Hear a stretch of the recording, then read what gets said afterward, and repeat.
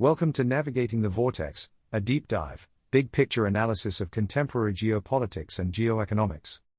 Today, what the war against Iran means for Putin and Ukraine. Russia is a likely winner, but only in the short term. As the war in the Middle East spreads and intensifies, the one in Ukraine continues. While geographically some 2,500 kilometers, 1,600 miles, apart, the impact of US President Donald Trump's latest military adventure on the Russian war against Ukraine will be acutely felt across several areas. In the short term, the Kremlin will probably feel emboldened to double down on its aggression, but this is unlikely to shift the dial significantly towards Russian victory in the long term. The targeted killing of Iranian Supreme Leader Ayatollah Ali Khamenei by a precision US strike will likely have reminded the Russian President, Vladimir Putin, of his reportedly apoplectic reaction to the killing of the Libyan leader, Muammar Gaddafi, in 2011. Comments on social media from the likes of far-right nationalist Alexander Dugin, who posted that one by one, our allies are being systematically destroyed, and former Russian President Dmitry Medvedev, who alleged that the talks with Iran were just a cover, are unlikely to have steadied Putin's nerves. The Russian leader's fears about being next after a string of US successes targeting foreign leaders may have been played up somewhat by the Western media, but they are not completely unfounded. Putin continues to walk a fine line between paranoia and his outrage over the killing of Khamenei, which he condemned in a condolence letter to the Iranian president, Masoud Pezeshkian, as a cynical violation of all norms of human morality and international law. But he did not mention Trump or the US as the culprits. Concerns about his own longevity, however, will not be the only things weighing on Putin's mind and compelling him to double down on his war against Ukraine. The escalation of violence in the Middle East also offers Russia several opportunities in its war of aggression against Ukraine, at least in the short term. The sharp rise in oil prices throws Moscow a new lifeline for financing its ongoing war.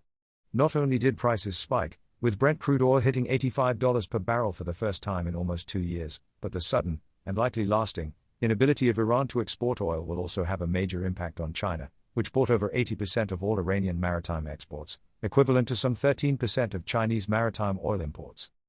China has large stockpiles of oil which will allow it to ride out current inflation. But Beijing is now likely to double down on its energy relationship with Russia. This will serve both countries well. Russia will deepen its economic ties with China and rebalance the relationship, while China will tap into a reliable supply line that will not be as vulnerable to being choked off as maritime supply routes in a future confrontation with the US.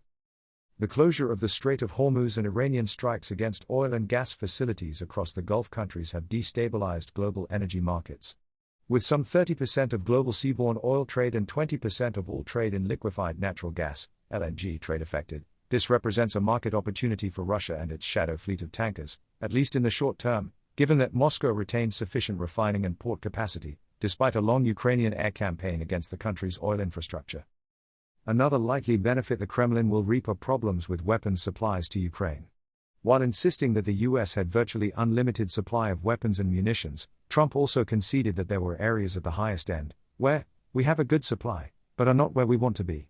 This is a view echoed within the Pentagon, where officials are keen to discuss an acceleration of weapons production with key arms manufacturers. With large parts of Western military support for Ukraine consisting of US weapons paid for by Kyiv's European allies via NATO's prioritized Ukraine requirements list, shortages on the US side will immediately impact the flow of vital equipment to Ukraine. Even deliveries already agreed could be derailed. In June 2025, during the so-called 12-day war with Iran, the US diverted some 20,000 missiles from Ukraine to the Middle East. Russia is unlikely to face any similar constraints. On the contrary, a Russian-Iranian deal in late 2022 enabled Moscow to acquire technology from Tehran that enabled the Kremlin to kickstart domestic drone production based on the Iranian Shahed design. Not only has Russia improved the drones, it now also produces them faster and cheaper than Iran ever did. If Western military supplies to Ukraine now dry up even temporarily as a result of an increased focus of the US on the Middle East, Russia's air superiority and the devastating impact its relentless campaign of missile and drone strikes has had on Ukraine is likely to continue unabated for now. At the same time, however, this drives home the point that dependence on the US puts Ukraine and its European allies in an unacceptably precarious position. Ukraine's own defense industry already meets half of the country's needs, and the fallout from Iran war will likely further accelerate homegrown military production and innovation across Europe as the traditional US-European alliance phrase. In the short term, however, this transatlantic decoupling will serve Moscow's interests more than Kyiv's. European countries, including the UK, France, and Spain, have been critical of US and Israeli attacks on Iran, earning them the expected rebukes from Trump. The White House might be too busy to follow through on threats to cut off all trade with Spain, but it will equally not put much effort into already fraught mediation efforts between Russia and Ukraine. Given the dismal performance of Trump's own efforts and those of his negotiation team, as well as the pressure that the US had put on Ukraine rather than Russia to cut a deal, this may not be much of a loss. But US diplomatic disengagement from the Russian war against Ukraine still poses a problem, as Washington is the only player with the leverage to bring both sides together and, if Trump were to decide so, achieve a just and sustainable peace agreement between them. Ukraine and its European partners may be able to prevent a Russian victory, but it will take some time for them to develop the military and political muscle to force Russia to make meaningful concessions that could pave the way towards a durable and acceptable settlement. If nothing else, Trump's war of choice in the Middle East is another factor in prolonging the war against Ukraine. Regardless of its short-term effects, it will not make a Russian victory more likely. But it has thrown the world into additional turmoil for no good reason whatsoever, and it will delay the much-needed restoration of peace in Europe. A big thank you to all of our readers, listeners, followers and subscribers.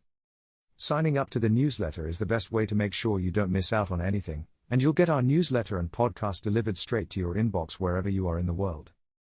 Importantly, you'll also be able to read the full written version of all of our pieces, which gives all of the background links to the information we cite in case you want to dive deeper and, like us, like to look at primary sources and check your facts. You can register for free at navigatingthevortex.com. You can also subscribe for subscriber-only access to comments and chats and other special subscriber-only benefits. You can find all these details in the podcast show notes as well. We hope you'll share Navigating the Vortex with anyone you think might find it of interest. If you like the show, please consider rating and reviewing us on Apple Podcasts or wherever you are listening.